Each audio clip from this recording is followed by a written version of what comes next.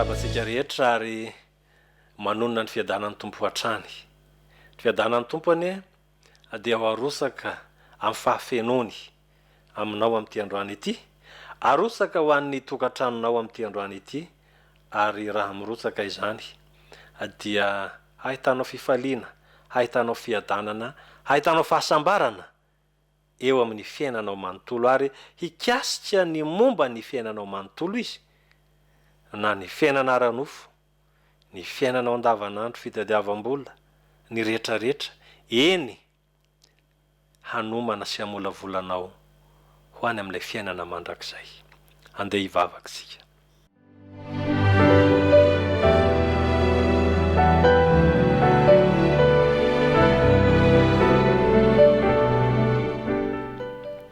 Andriamanitra rainay io, ankehitriny zay handray ny teninao, mitenena Jehovah ho fa miaino ny mpanomponao, mangataka manokana ny fanahinao masina, hikasika ny molotro sy ny lelako, mba hiteny araka ny sitraponao, amin'ny anaran'i Jesosy. Amen.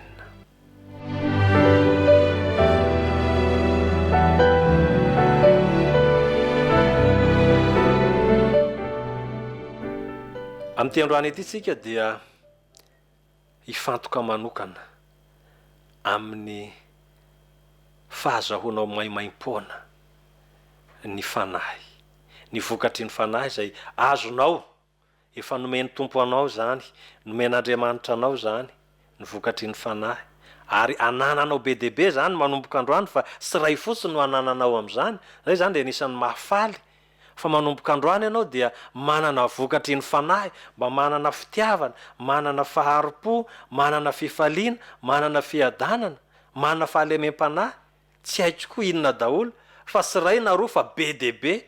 Ary raha ananantsika zany araka ny voalazan'ny Petera, ka anananao betsaka, mahafinaritra be ilay fampaherezana avy amin'ny alalan'ny teniny.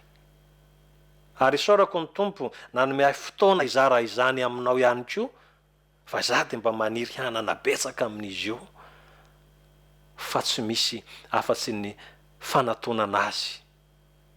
Raha miray amiko ianareo ka mitoetra ao anatinareo ny teniko, io teny mitoetra io, dia nambarany ihany koa hoe omeko fanahy iray izy, omeko fanahy iray ianareo, dia io fanahy io no manome ny toetra, satria zay ny ao anaty. Vokatry ny fo avy ao anaty ao ane no maneho an'iray ny toetra tsika, na masika, na marikivy, na toetra zay maro karazana. Lay izahotsika iny, fa rehefa ny tompo amin'ny alalan'ny fanahy no mitoetra ao anatsika, dia reny Galatianina 5:2 sy 3:20 reny nitoetranao manomboka androany. Ireny ao amin'ny Petera 2:1 metomboka amin'ny 5 ka hatrany amin'ny 10 ny toetranao manomboka androany. Ary anananao be dehibe zany araka ny voalaza ao amin'ny 5. Petera 2:1. Raha anananareo zany ka anananareo betsaka, dia tsy ho velan'izany ho malaina ny amin'ny fahafantarana ny tompo itsika. Androany ary tsika dia hijery hoe ahoana ary zany hoe manana ny toetra, manana ny vokatry ny fanahy. Petera 1:2-7. Petera 1:2-7 dia zao nambarany: fa ianareo kosa dia taranaka voafidy, fanjakam-pisorona, firenena masina, olona nalain'Andriamanitra ho an'ny tenany, mba hilazanareo ny atsara n'ilay ny anso anareo, hiala tamin'ny maizina ho amin'ny fahazavany mahagaga.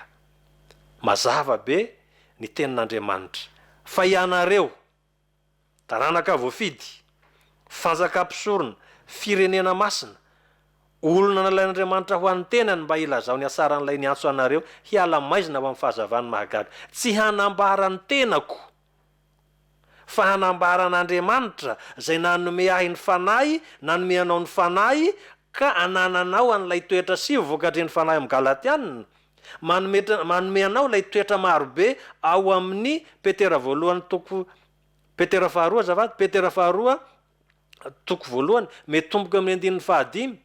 Dia voalazany amin'ny 5 hoe raha anananao ireo fa anananao betsaka, dia hanambara ny toetra, lay toetra n'Andriamanitra anao anatinao, dia hanambara izany ny antom-pisinao manomboko izao.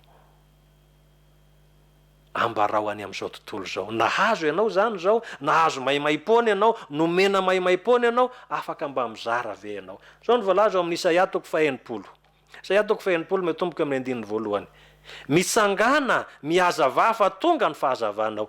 Io lay toetra ny fanahy ao anatinao mitoetra io fahazavanao io. Dia ambarany, ary ny voninahitry Jehova efa miposaka aminao. Lay vokatry ny fanahy ane zany voninahitry Jehova zany e. Misangana mihazava fa tonga ny fahazavanao, ary ny voninahitry Jehova efa miposaka aminao. Ary havana malala, vokatry ny fanahy zany. Efa maty ny izahoko, efa maty ny izahonao satria ny fanahy ny tompo no mitoetra ao anatinao, dia izy zany no mitondra anao amin'ny lalan'ny fahamarinana rehetra. Fa indro ny aizina manarona ny tany ary ny Ezipito manarona ny firenena. Raha maizina izao tontolo zao, fa ianao kosa ao aminao no ipisahan'ny fahazavan'i Jehova, ary ao aminao no iseho ny voninahiny. Io lay toetra, io lay vokatry ny fanahy io. Io lay vokatry ny fanahy. Ny ataoko sy ny ataonao sanandro dia ho avaozina ny toetra ao anaty. Lay toetra ny fanahy ao anatsika, avaozina isanandro. Mba ho voatazona lay vokatry ny fanahy sivy ao amin'ny Galatianina. Voatazona reo toetra ny fahalemem-panahy maro ao amin'ny Petera faharoa toko voalohany. Ary anananao be dia be isanandro zany.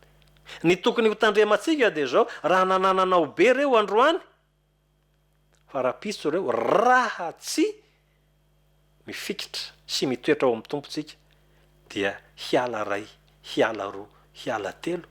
Ary raha tsy mahatazona itsika, dia hiala tanteraka ao anatintsika izany. Matoky anefa fa tia sy tianao Andriamanitra, ary manaiky izany itsika, fa itsika dia olombelona malemy, tsy afaka manao na inona, fa Andriamanitra manome ny fanahy ao anatsika. Ary ny firenena manatona ny fahazavanao, ary ny mpanjaka makeo amin'ny famira-pirata ny fiposahanao. Zany ny toetranao zany. Izao tontolo zao dia hiazakazaka hamonjy anao. Mbe fanandrehatra ampola anankiray na jiro anankiray tamin'ny toerana anankiray izay maizina ve ianao. Manandrama. Androany ihany ianao dia manandrama. Maka ampola mirehitra dia tareto any amin'ny maizina any an-tokotany. Dia mipetraha fotoana fohy fotsiny. Dia ho hitanao ny fanatonan'ireo bibikely mitady ny hazavana. Avy any lavitra any izy ireny no mihazakazaka manidina, tonga eo mamonjy ny fahazavana. Tahaka an'izay ihany koa ny fahazavanao, izay hiazakazahany zao tontolo zao, hiazakazahany manodidina anao, izay feno aizina. Fa ny anao kosany dia mazava izany. Zao no ambaran'ny Jesosy tao amin'ny Mateo toko fahadimy. Mateo toko fahadimy andininy fahatelo amby folo sy efatra amby folo. Zao no ambarany. Ianareo ny fanasiny tany. Fa raha ny fanasina ny tonga matsatso, inona indray no ahasira azy? Eto no tiako hiresahana hoe, raha voatazona anao ny vokatry ny fanahy sivy androany, sy ireo toetra tsara handovana ny fiainana mandrakizay eo amin'ny Petera, bokin'ny Petera, ny soratan'ny Petera, dia fanasiny tany ianao. Dia nyresahako hoe, raha voatazonao izy androany, fa rapitso izy mety tsy ho voatazonao. Fa za matoko fa voatazona io noho ny fahasoavan'ny tompo. Fa raha ny fanasina ny tonga matsatso, eto izy dia miteny, ilay fanasina mety ho matsatso kay izy io, dia aoka tsika hitandrina, tomoera amiko.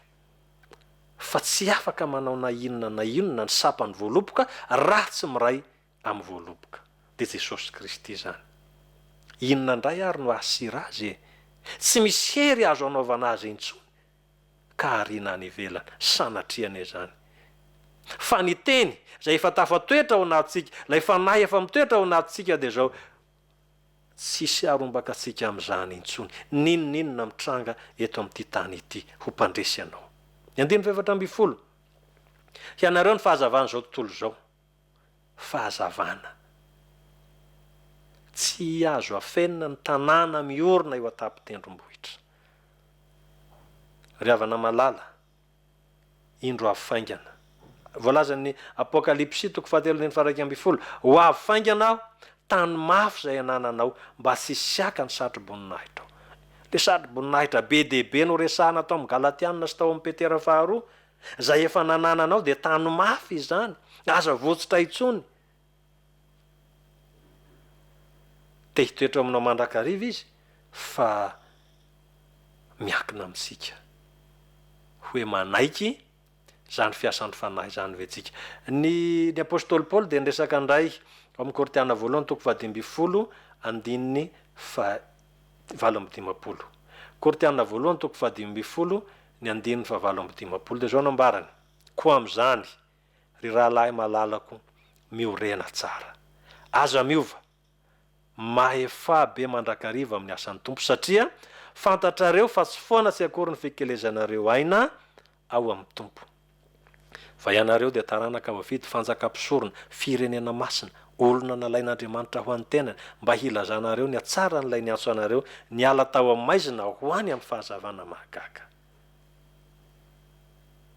miorena tsara fa zany ny antom-pisinao zany rehefa niainga itsika nanatona ny Kristy no nienta mavesatra zay tao amintsika afaka ny enta mavesatra ary na dia misy aza sarisariny zany isan'andro de tsy misy maharombaka anao eo am-pelatanan'i Kristy miorena tsara aza miova mahefa be mandrakariva amin'ny asan'ny tompo satria fantatrareo fa tsy foana sy akory ny fikelezanareo aina ao amin'ny tompo asehoy aparitaho any amin'ny tontolo manodidina anao ao atokantranonao zarao izany fahasoavana anananao izany zarao izany vokatry ny fanahy anananao zany fa tokony mba hanana ny hafa ihany koa zany satria fahasoavana no namonjenanao nomena maimaimpony anao tsy ny vidim-bola izany tsy ny vidikarena izany afaka mba mizara izany nomena maimaimpony anao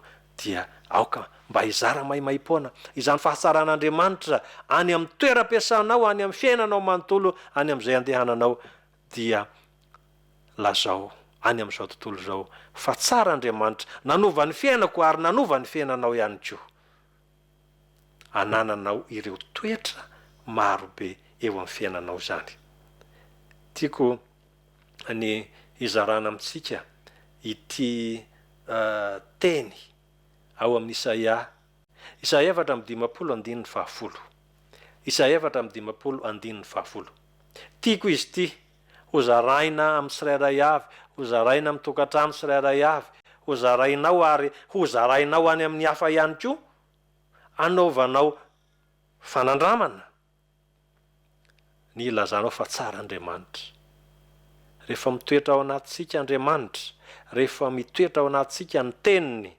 rehefa fanahiny no mitary-dalana atsika de zao no teny ary iriko teny fampaherezana sy fikasana amaranako ihany koa izao fampaherezana izao Isaia 4:10 fa na dia hifindra aza ny tendrombohitra ary na dia hietsika aza ny avoana tsy mba hiala aminao ny famindram-poko ary tsy hitsoka ny fanekeny fihavanako hoy Jehova mpamindra fo aminao fa na dia hifindra aza ny tendrombohitra na isy aza horohorontany na isy aza tsy fantatro tsunami tsy hiala aminao ny famindram-pony Jehova tsy hitsoka ny fanekeny fihavanako hoy Jehova mpamindra fo aminao ho tanteraka aminao nanaraka ny fampaherezana anay zany ary zarao ao atokantrano zarao any amin'ny manodidina anao zarao any amin'ny toeram-piasanao fa mombanao mandrakariva Andriamanitra lay Andriamanitra ny fiadanana manakare-pahasoavana ne hampitombo zany fiadanana zany ao tokantranonao lay Jesosy Kristy efa nafony any teo amin'ny hazo fijaliana nandasaka ny ainy ane hampitoetra ny fitiavany ao anatinao mandrakariva ary lay fanahy masina mpiara-miasa amin'Andriamanitra zanaka Andriamanitra ray ane hampitoetra ihany koa ny fanahy ao anatsika ka hatonga atsika handeha araky ny fanahy ho afaka ny manavesatra atsika rehetra amen ivavakytsika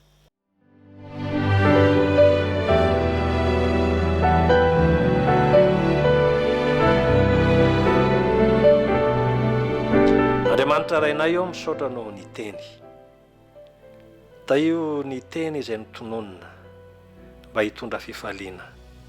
Ary ianao mahalala ny mahasoa sy ny mahatsara ny tokantrano ny sambatan'olona. Tomoera aminay Tompo fa malemy izahay.